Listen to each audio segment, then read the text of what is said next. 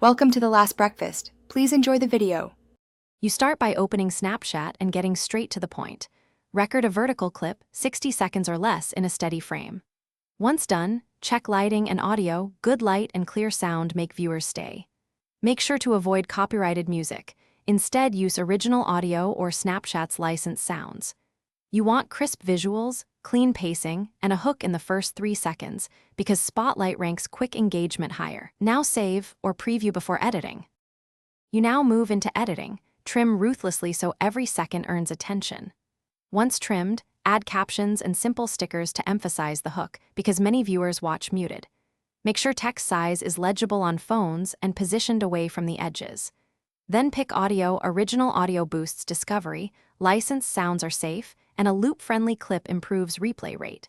Finally, preview the full video, checking pacing and transitions. This reduces rejections or low retention once uploaded.